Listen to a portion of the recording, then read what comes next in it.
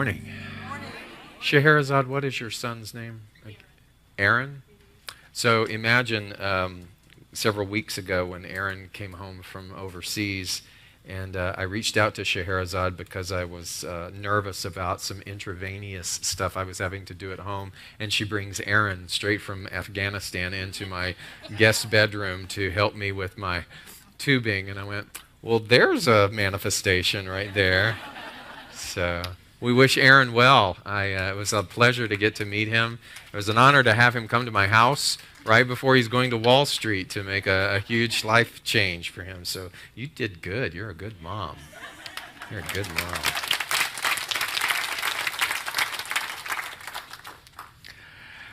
Whatever arises, love that. I can't stress enough the value that you would receive if you took the time to order that book. It's a remarkable book. It's not an easy read. It requires a lot of contemplation because the material in and of itself is so rich. And I find that when you have something that is that rich, you want to savor it. And savoring requires a particular rhythm, and a rhythm that slows down so that you can really begin to digest what the author is offering. And today, I will be joined with the lovely Mona Shah Joshi as we talk about a particular piece in the book that he feels is most critical and by he I'm talking about Matt Kahn, the author, with regards to the state of our being. This particular section has to do with ego and suffering, good times, and but what he also calls the overstimulated nervous system. And this is where I really had to sit with this and the density of what it was that he was writing. And I'm not in the medical profession, but I'm going to give you a brief synopsis. So first of all, contemplate this, that what you are made of is genius. How does that make you feel? What you are made of, what you are absorbed in, what you cannot escape from, is a system of genius. So let me describe that a little bit, the system of genius. So the author talks about the fact that all of us have within us these systems. One, this particular one we're going to talk about briefly, is the nervous system. So all that I ever really knew about the nervous system was my mother telling me that I get on her nerves, or that I work her last nerve, or that I would hear that expression over and over and over again. So when I hear the term nervous system, I just think about what my mother said about we are all getting on each other's nerves. But the nervous system is the fundamental part that makes the mobility and the choices and the brain synapses and everything that we think from the mental realm to be expressed through the physical. Does that make sense? And so that nervous system takes the information and it assimilates that information throughout our body, most of it unconsciously. We cross our legs, we sneeze, we respond, we do things that are stimulated through this particular nervous system. But when you combine that with the genius of the endocrine system and the respiratory system and the circulatory system and the muscular system, oh my God, you and I are these intricate beings of intelligence and genius. When was the last time that you woke up and you went through this complete inventory of giving gratitude for all of your systems and the functionality by which they work in harmony with one another without even having to micromanage it? You do not have to tell your heart to beat, it just beats. You do not have to tell the blood to flow through the vein, it just flows through the vein. It's a part of the genius, and it's one of the things that not only do we take for granted, but we forget, but even more soberingly, we oppress.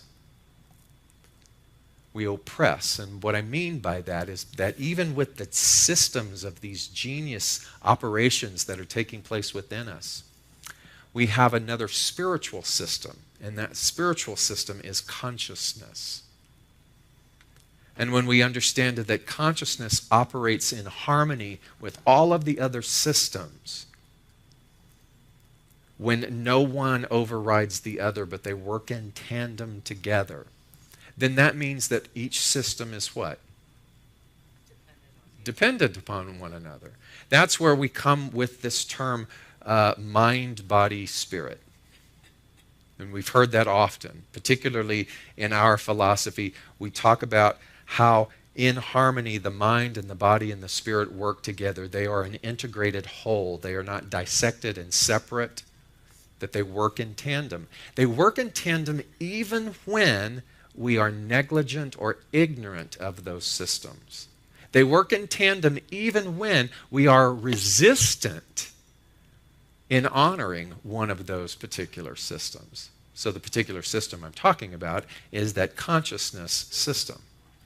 When we do not become caregivers or caretakers of our particular realm of consciousness, it isn't that we just have an experience where things don't work out. It means that every other system within us is affected by our relationship with consciousness. Did you hear that? Every system within us operates as a whole. And so I realized that when I would reflect upon my mother saying, you know, you get on my nerves. The reality is that we put things on our nerves. People don't get on our nerves. We put those people on our nerves. Almost as if there's an internal roller coaster ride like at Disneyland, and we say, hi, come, ride the roller coaster of my nervous system.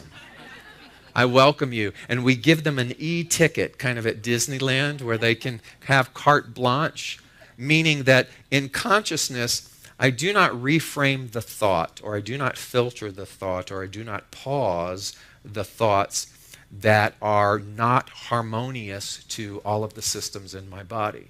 For example, if that thought that gets triggered through the nervous system that my attempts at creativity are futile because no one's going to love what I do, then that particular synapsis goes off through the nervous system and it affects what? The totality of the rest of my being. And those particular systems then magnetize themselves, and then that's the way in which the world reflects back what's going on within my nervous system. And so the person who doesn't honor, let's say, my creativity, it's not that they're getting on my nerves. It's that I have invited them to sit in the roller coaster of my nervous system and now travel through my body and affect my respiratory and affect my muscular system and affect my circulatory system and all of the other things because of right of consciousness. And what's amazing about that is if I do not then disrupt, if I do not look at the overstimulated nature of that particular nervous system and see the repetitive pattern by which I continue to do this day after day, year after year, decade after decade, all of the other systems then begin to break down. And the responsibility of the maintenance of those systems is ours. We are the gatekeepers. We are the ones who choose. And so people are not getting on our nerves. The government is not getting on our nerves. Relatives are not getting on our nerves. Our finances are not getting on our nerves. The people to your left and to your right are not getting on your nerves. We are putting them on that nerve, and we are allowing them to ride in the e-ticket of the roller coaster through all of the systems within our being. And it's not that they just do one particular ride. You ever go to the movies and you see, the popcorn, the trailers before the movie starts, and they have the AMC? I always want to go to the movies with someone who will do this with me. Ty won't do it. But I'm like sitting there and I go, and that's kind of what the nervous system is doing. And then it comes to a halt, and then you get to eat your popcorn. But think about this. If that disruptive ride doesn't change, if, again, there is no disruption, then the ride never ceases. Just as you pull in, it starts over again and starts over again. Some people might call that being triggered. You know, the getting on our nerve is something triggers, and then it causes the roller coaster through the nervous system to continue and to continue and to continue and to continue and to continue. And so what does that have to do? This overstimulated, repetitive pattern that works within our nervous system that was totally compatible with what the science of mind teaches. In fact, Ernest Holmes, our founder, says it is not the spirit of us that needs to be made whole. It is our mental reactions to life that need to heal. These mental reactions are both conscious and they are subjective, meaning subconscious as well. And so what is the thing? What is the thing that continues to perpetuate that nervous system, that continues to perpetuate that overstimulus, that trigger over and over and over again? And I believe the answer lies within Mona Shah Joshi.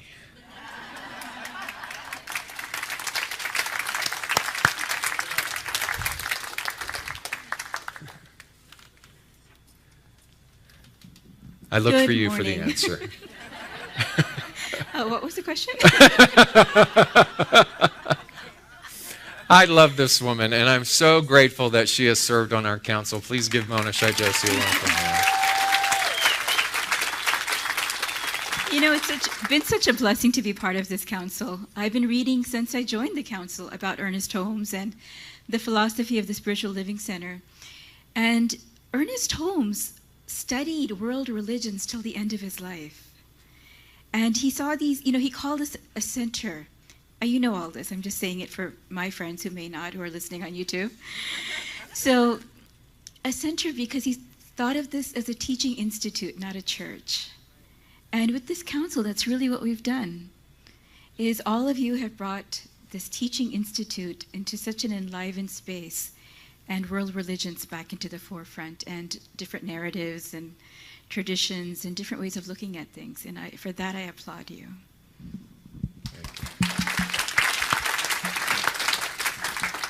So what was the question? And so in the text that we were studying together, we talked about that overstimulated nervous system, but then he said it was the ego was the thing that perpetuates that overstimulation. And how would you describe, from the work that you've done so extensively, what the ego is? Because there's so many different opinions about what that is. Can we experience the ego? It's easy to see on someone else's face, isn't it? And not as recognizable within ourselves unless we're conscious about it. So let's do this experiment. Let's close our eyes.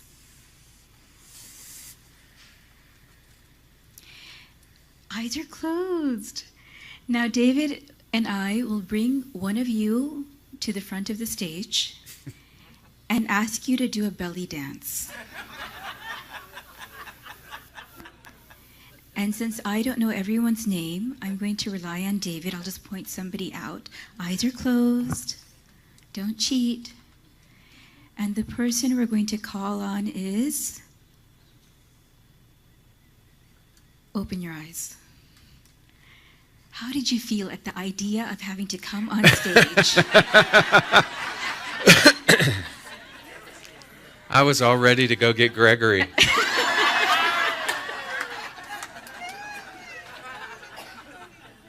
Could I still do that?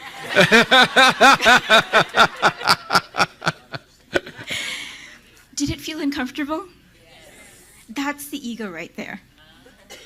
That feeling of separation. Right now, where you're seated, you're feeling very much at ease, very much at home. Yes? But the moment you have to come in front of a group of people, it suddenly becomes, they're looking at me. Them and me. That feeling of separation that we have, I would call that the ego. A feeling of unnaturalness. See, when you're really small, think of a small child. You know, and you ask them to dance or sing, and you don't even need to ask them. They just start doing it at the grocery store, in front of relatives, wherever they may be. They're just their natural self. They don't think twice about putting themselves on the floor of a toy store and having a tantrum because they're not concerned about what other people think. Whereas, meanwhile, the parent is like, oh my God. That's naturalness. So what is the antidote for ego? That we'll also look into. Well, the author called the ego the fictitious character. The fictitious character which is identified with the overstimulated nervous system. So if we look at that, what we talked about then is the nervous system is what? It's that genius system that takes those neurons and those choices and those thoughts, and they assimilate themselves through our body. So if the ego, by your definition, is a sense of separation, then every time I think that I am separate from, what does that do? It then moves through all of the systems, and as we understand new thought principles and metaphysics to teach us, then the world reflects that back to us. So the ego is saying what? You and I are separate. There is an us and them. There is a more and a less. There is a win and a lose. All of those things are then examples of that ego. And so as long as I continue to allow that to ride within that nervous system throughout my body, the world then just simply says yes. And that becomes my experience. So it's like a fictitious character. And like you said, the child hasn't developed that yet. Correct? The child is operating from that pure sense of what's mine is mine, and what's yours is mine, and what's yours is and what's yours is yours, and we're just sharing, right? Until we begin to cultivate this idea of a less and a more and an us and a them.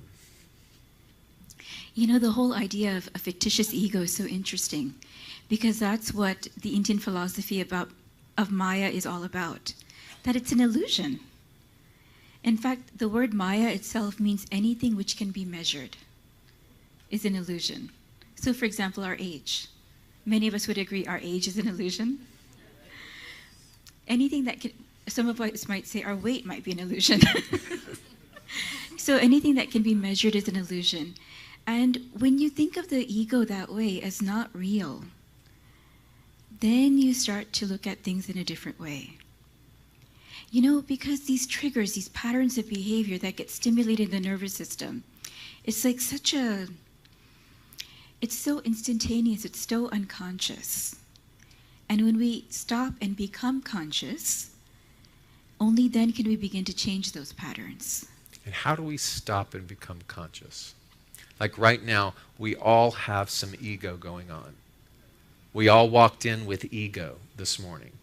Meaning we all walked in with a sense of separation. We all walked in with a cultivated belief of an us and them.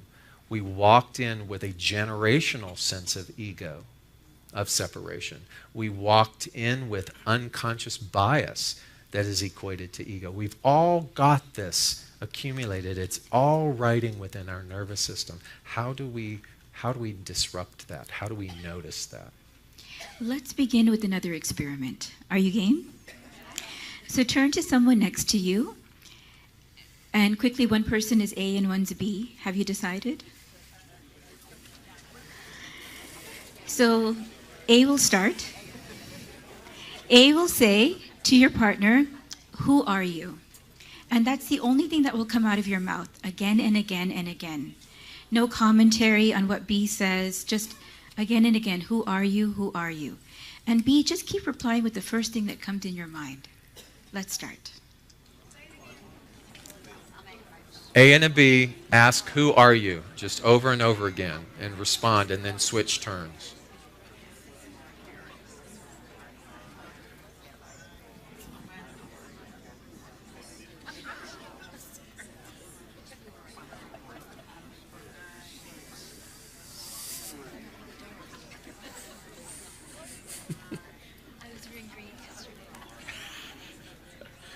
Those are your highlights.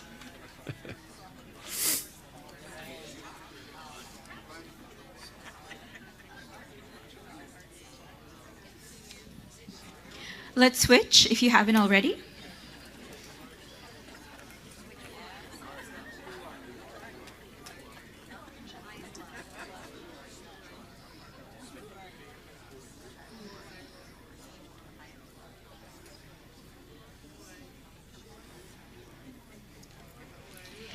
And let's give our partners a big hand.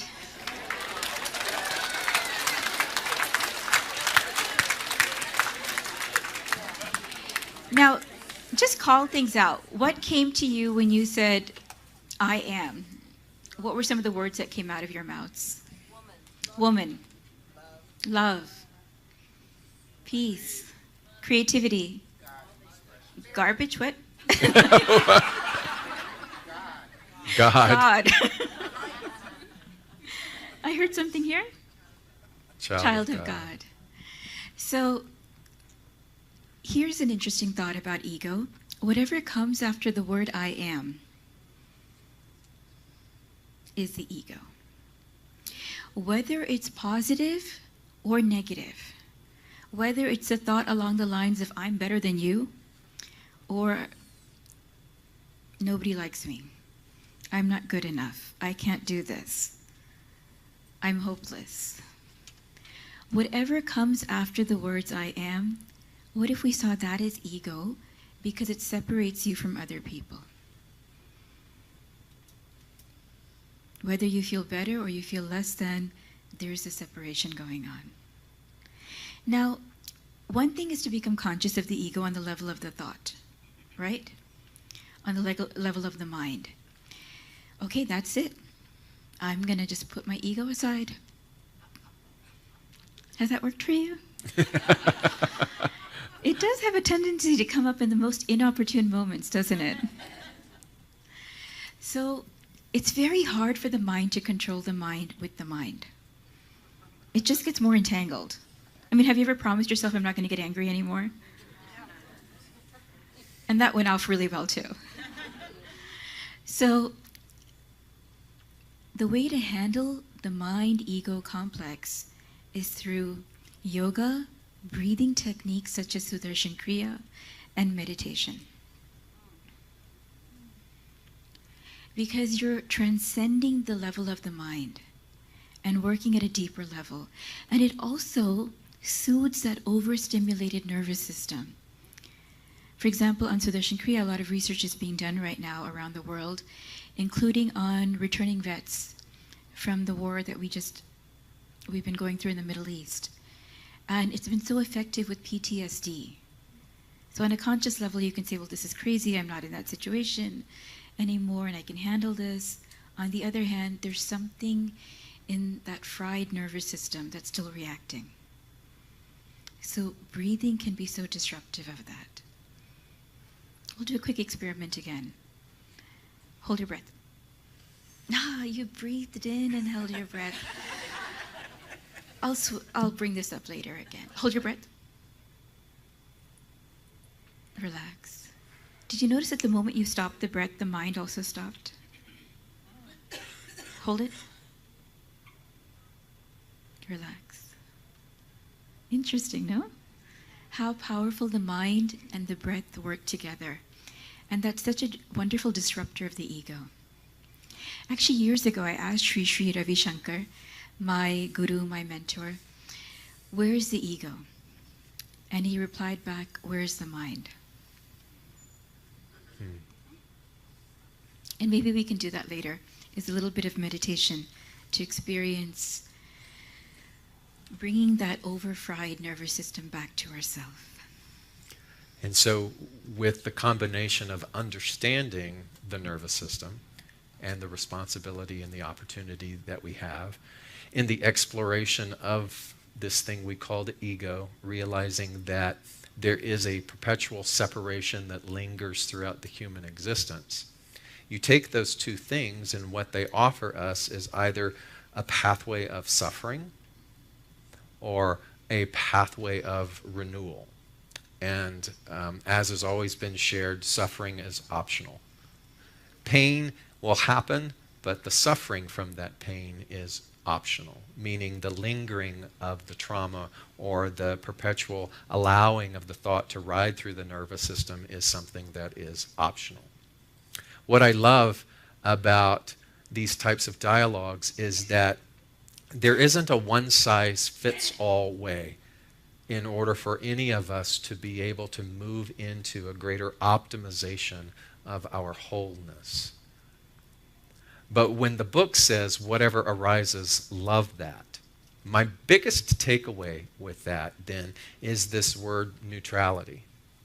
And neutrality teaches me that everything that I have been educated or domesticated to believe about something might not necessarily be true.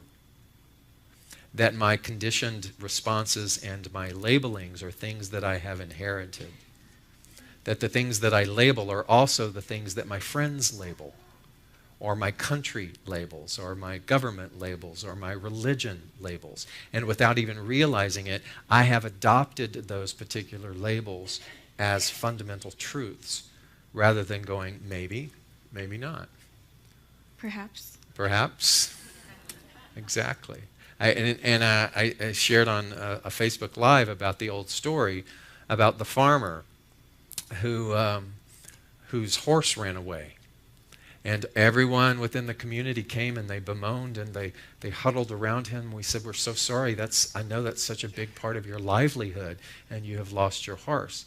What a terrible thing. And he said, maybe yes, maybe no. 2 days later, the horse comes back. He just went off to party.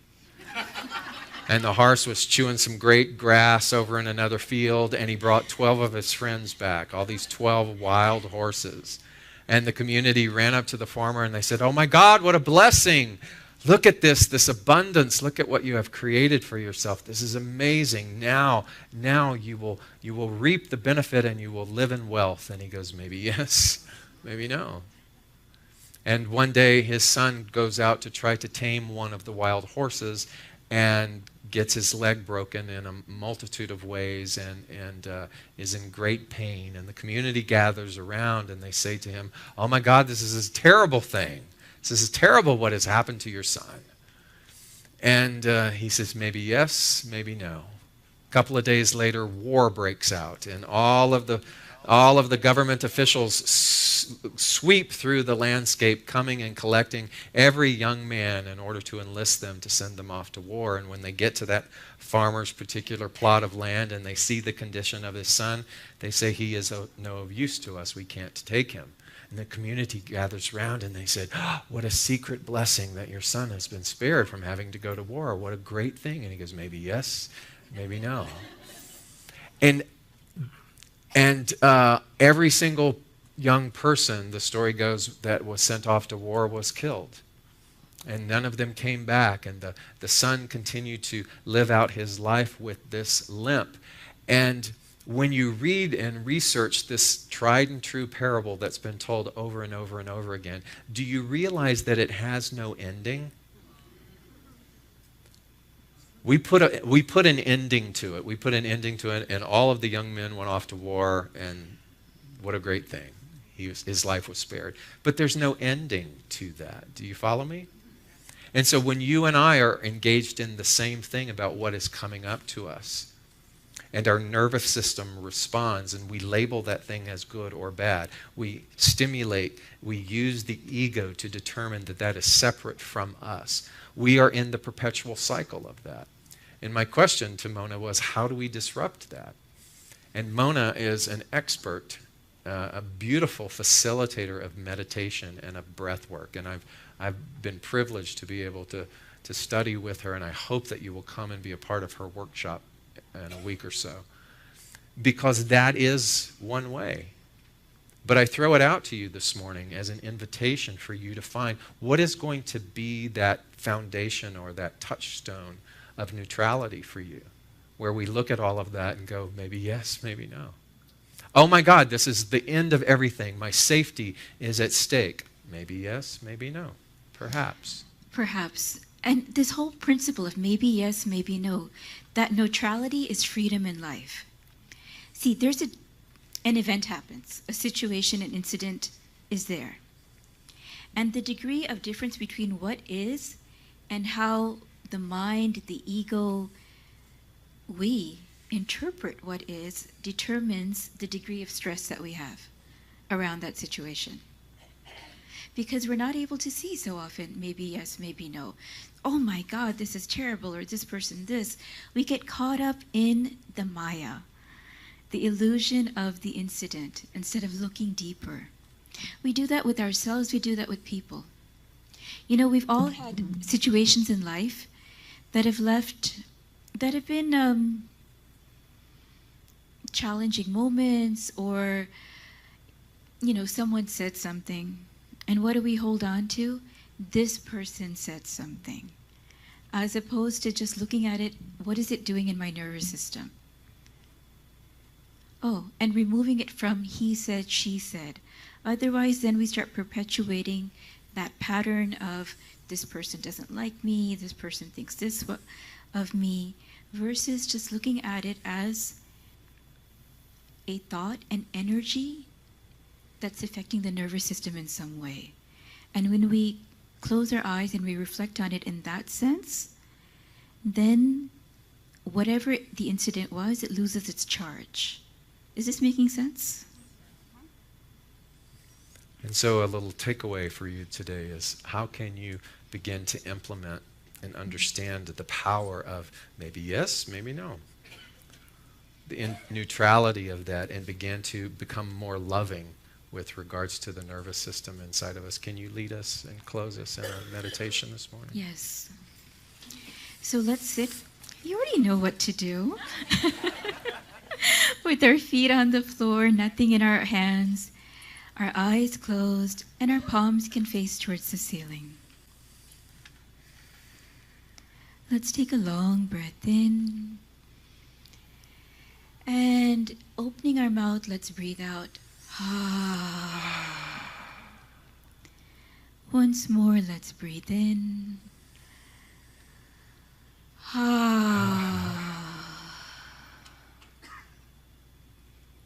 One last time, let's breathe in.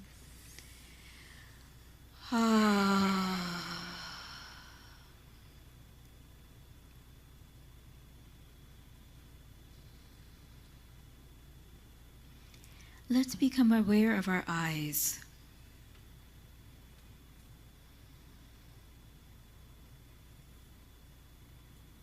And notice if the eyes are moving back and forth. And just steady the eyes.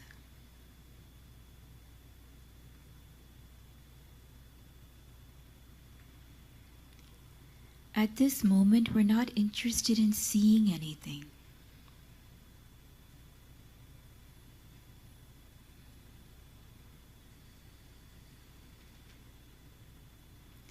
Behind the eyes, the mind is there, seeing through the eyes.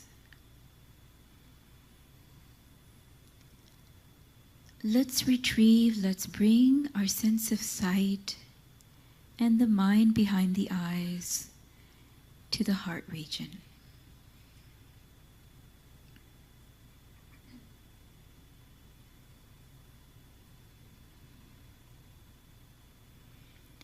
Let's become aware of our ears.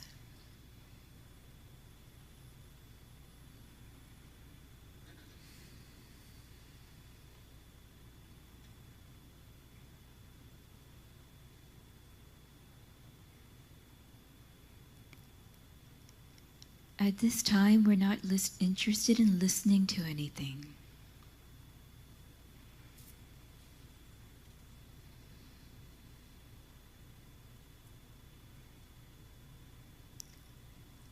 Again, let's bring the sense of hearing, the mind that's interested in listening, back to the region of the heart, into the cave of our heart.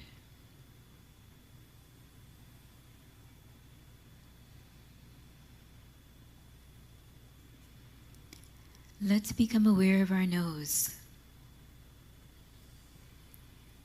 At this time, no matter how fragrant something may be, we're not interested in smelling anything.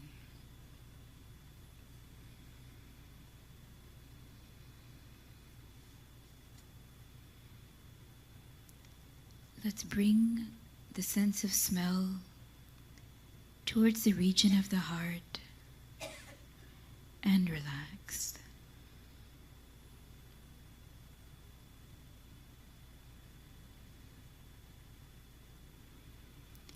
Let's become aware of our mouth.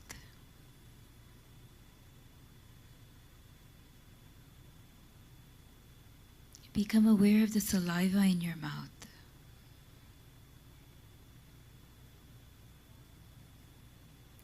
At this moment, we're not interested in tasting anything.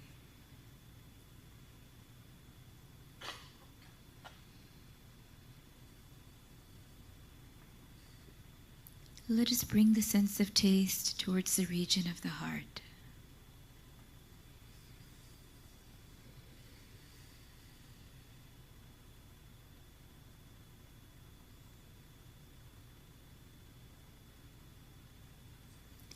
Let us become aware of our skin.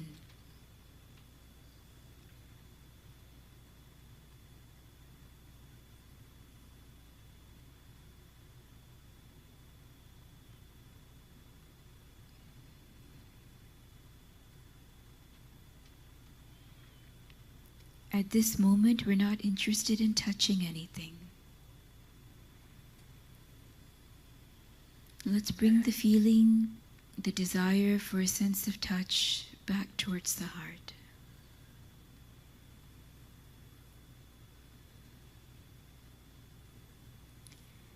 At this moment, we're only interested in relaxing, reposing in the cave of our own heart.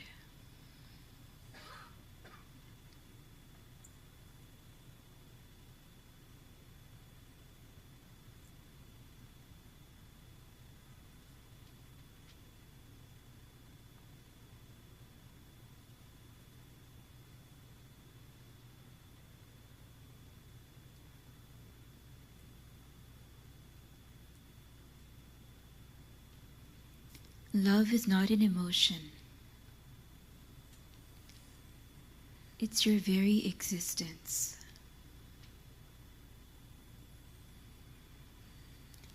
Every cell of your nervous system, every cell is vibrating with love.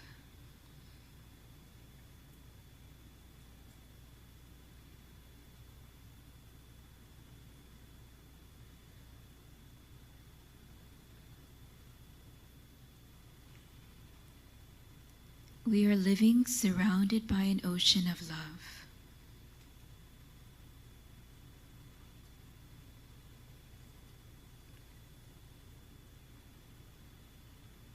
Love is within. Love is outside.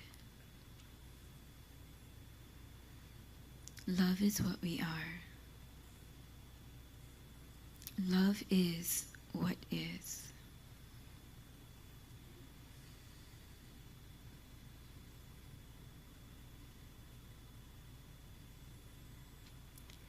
Let's become aware of a point in the center of the chest, a tiny point.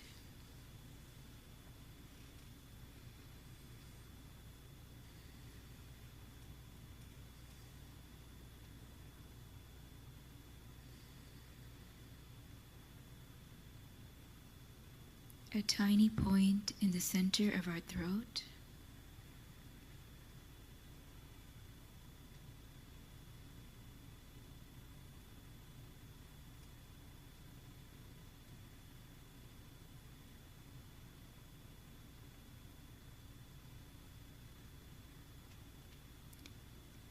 Again, a tiny point in the center of the chest.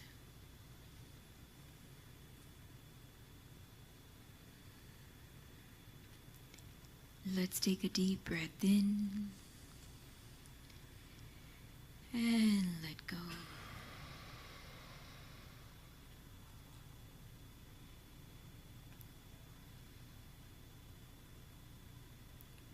Another breath in and slowly relax.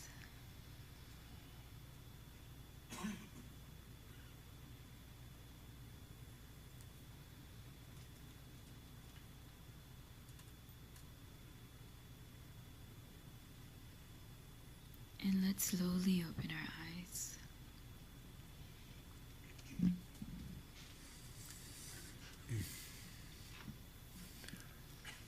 And let us give thanks to our nervous system for a little vacation.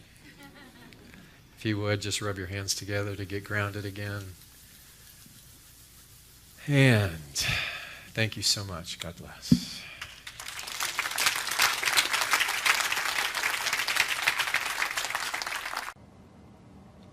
Hi, I'm David Alt, and I simply want to say thanks. Thanks for taking the time to watch our broadcast here at Spiritual Living Center of Atlanta. We have a vision, and that vision is to reawaken all to their spiritual magnificence. And one of the ways that we are able to do that is through this very medium of broadcasting.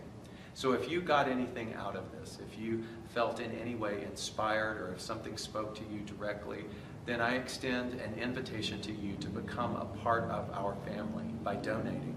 And there are many ways in order for you to be able to do that. One is to simply go to our website at slca.com, and there you will find all different kinds of prompts that will help you support what it is that we are doing here in Atlanta. One way is to become a pledger. That means that you decide on a monthly basis that you are going to help us with this vision. Another way is to donate through our management system called Fellowship One, another through PayPal, and another even easier way is on your cell phone. You can do what's called text to tithe, and that number is 404-796-7030. Again, thank you so much for your support, and I invite you to come back weekly to see what it is that we're up to. Blessings.